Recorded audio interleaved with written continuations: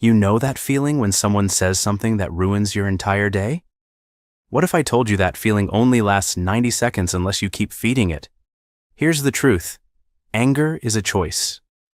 Neurologically, the stress chemicals that create anger naturally flush from your system in exactly 90 seconds. But we keep the anger alive by replaying the story, rehearsing our comeback. It's like having a smoke alarm that goes off when you burn toast, but instead of opening a window, you keep making more toast. Next time someone cuts you off in traffic, notice what happens. Your body floods with stress hormones. That's the 90 seconds. But then you start the story. What an idiot!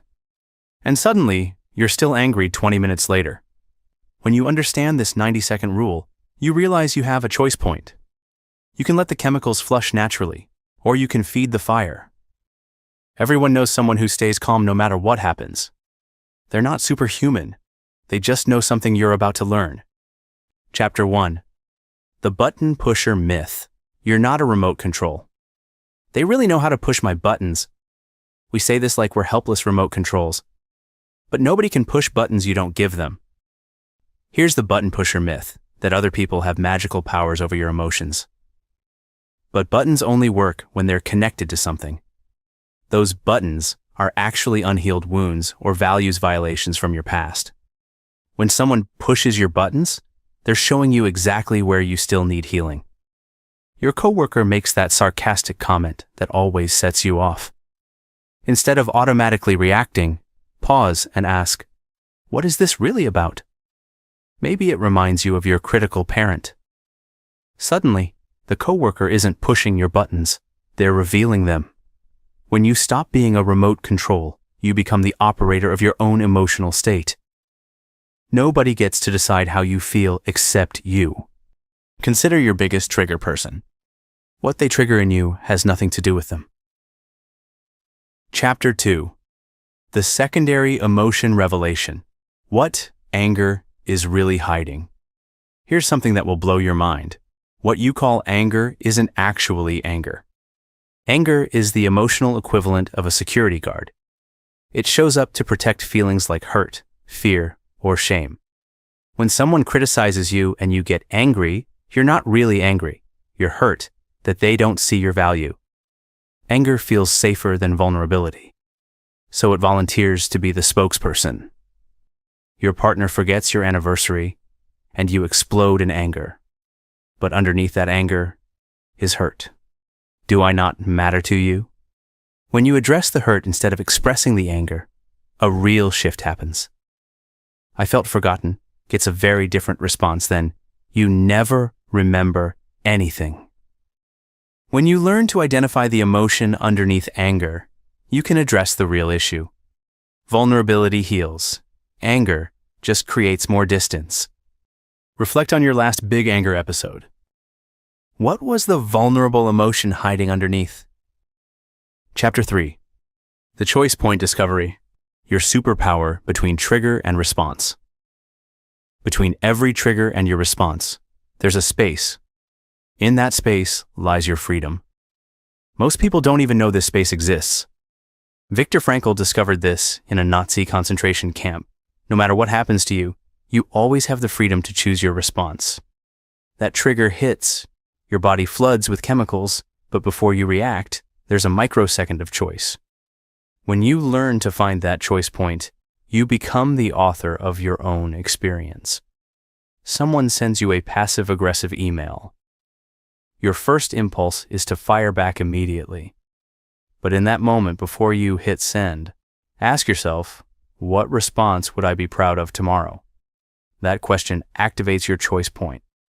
This choice point is your emotional superpower. It's the difference between being a pinball bouncing off circumstances or being the player controlling the game. Think about someone who never seems to get rattled. They've mastered the space between trigger and response. You can too. Chapter 4. The Observer Self Technique. Watching your emotions like weather. What if you could watch your emotions like weather patterns, instead of being swept away by every storm? Inside you is an observer, a part that can watch your emotions without becoming them. You can notice, anger is arising, heart rate increasing. But you don't become the anger, you observe it. This observer self is always calm, always present. It's the part of you that can think, I'm having the thought that this person is an idiot, instead of, this person is an idiot. Your teenager rolls their eyes at you. Instead of immediately getting defensive, activate your observer. I notice irritation rising. Now you're watching the emotion instead of being hijacked by it. From this space, you can choose a response that actually helps. The observer self gives you emotional immunity. You can experience any emotion without being controlled by it. Think about a time you stayed calm in chaos. You were using your observer self. Now you can do it intentionally. Chapter 5. The Reframe Revolution. Difficult people as emotional trainers. What if difficult people aren't obstacles in your path, but personal trainers for your emotional fitness? This perspective shift will change how you see every challenging person. Every difficult person in your life is showing you exactly where you need to grow. That critical boss, they're training your resilience muscle. That passive-aggressive neighbor, they're developing your boundary-setting skills. Just like a physical trainer puts you through uncomfortable exercises to make you stronger, emotional trainers build your emotional strength. Your micromanaging boss sends their 15th email today. Instead of thinking, they don't trust me, try, they're helping me practice staying calm under pressure. Suddenly, this isn't personal persecution, it's emotional strength training. You start responding with curiosity. What do you need to feel confident about this project? When difficult people become trainers, you stop being a victim and become a student. Every interaction becomes an opportunity to level up emotionally. Examine your most challenging relationship. What strength is that person helping you develop? Learn something new? Hit that like button, share it with others, tap subscribe, and stick around for more. Got thoughts? I'd love to hear them in the comments. Chapter 6. The Boundary Blueprint. Protecting your peace without walls. Boundaries aren't walls to keep people out. They're gates with you as the gatekeeper. Here's how to protect your energy without becoming a fortress. Healthy boundaries are like the skin on your body. They let good things in and keep harmful things out. You just need to be clear about what you will and won't accept. I understand you're frustrated, but I don't respond well to yelling. Can we talk when you're calmer? This isn't aggressive. It's assertive. Your friend constantly complains, but never wants solutions. Instead of getting frustrated, set a boundary. I care about you, but I can only listen to this problem for 5 minutes unless you want to brainstorm solutions. You're protecting your emotional energy while still being supportive. Boundaries preserve your capacity to actually help people instead of burning out from their drama. You can't pour from an empty cup. Identify someone who drains your energy. What boundary would protect your peace with them? Chapter 7. The Timeout Protocol. Strategic Retreat versus running away. There's a difference between strategic retreat and running away. One makes you stronger, the other makes you weaker. Here's how to know which you're doing. Sometimes the most powerful thing you can do is temporarily remove yourself from a triggering situation. This isn't weakness, it's wisdom. You're giving your nervous system time to reset and your prefrontal cortex time to come back online. I need to take a break from this conversation. Let's continue when I can respond thoughtfully instead of reactively. You're not abandoning the situation. You're approaching it more skillfully. Your spouse brings up a sensitive topic, right when you're stressed from work. Instead of snapping or shutting down, say, "This conversation is important to me, but I'm not in the right headspace right now. Can we talk about this after dinner?" You're honoring both the topic and your emotional capacity. Timeouts prevent damage that takes weeks to repair. 5 minutes of space can save hours of cleanup conversations. We've all said things in the heat of the moment that we regretted later. Timeouts prevent those moments. Everyone needs breaks sometimes. The mature approach is asking for them instead of just taking them.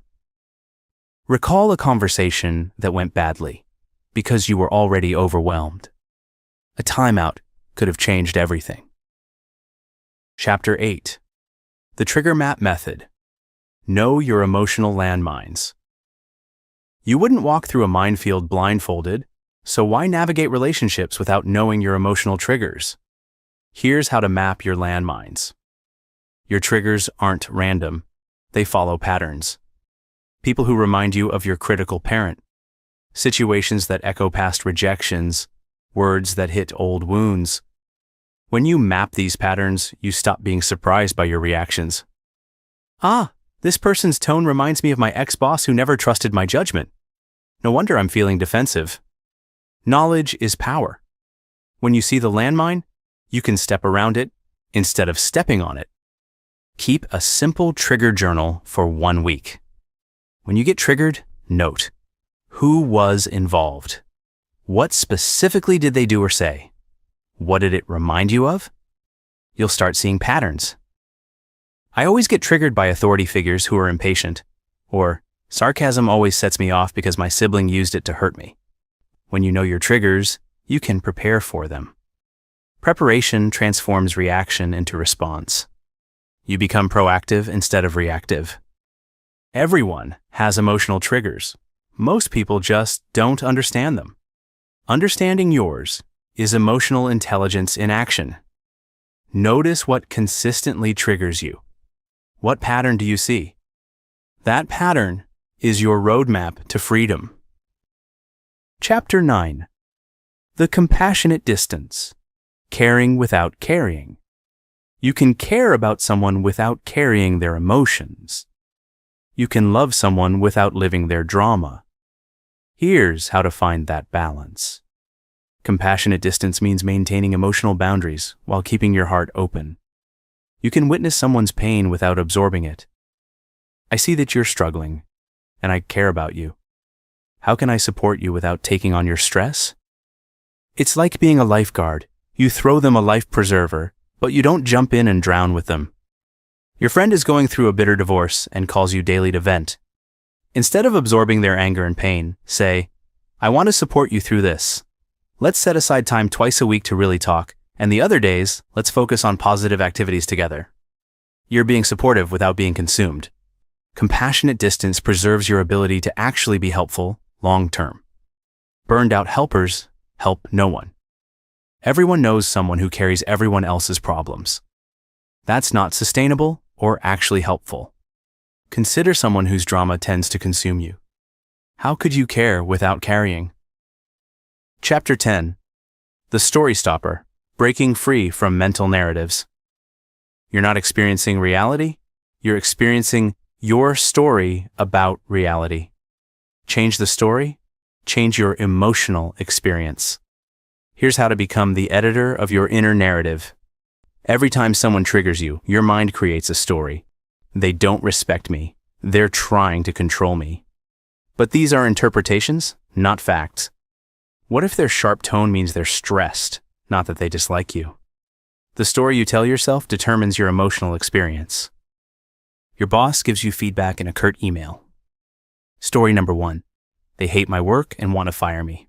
Result: anxiety and defensiveness. Story number 2. They're busy and want to help me improve quickly. Result: curiosity and gratitude.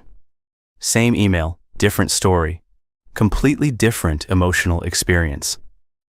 When you become conscious of your stories, you stop being a victim of your interpretations. You become the conscious creator of your experience. Reflect on a recent upset. What story did you tell yourself? What other story could you have told? Knowledge without practice is just entertainment. Here's how to turn these insights into your new automatic responses. This is where transformation becomes your new normal. Integration happens through consistent practice, not perfection. Start with one technique and use it for a week. When someone triggers you, remember the 90-second rule. When you feel reactive, find your choice point. Each time you choose a new response, you're rewiring your brain. For the next week, pick just one technique, maybe the observer self. Every time you feel triggered, say, I notice emotion arising. That's it. By week 2, this will start becoming automatic. Small, consistent changes create massive transformations over time. The person who never gets bothered by anyone isn't born different. They've just practiced these skills until they became automatic. You can too. Everyone admires people with emotional mastery. Now you have the roadmap to become one of them. Think about who you'll be when difficult people no longer have power over your peace. That person is waiting for you.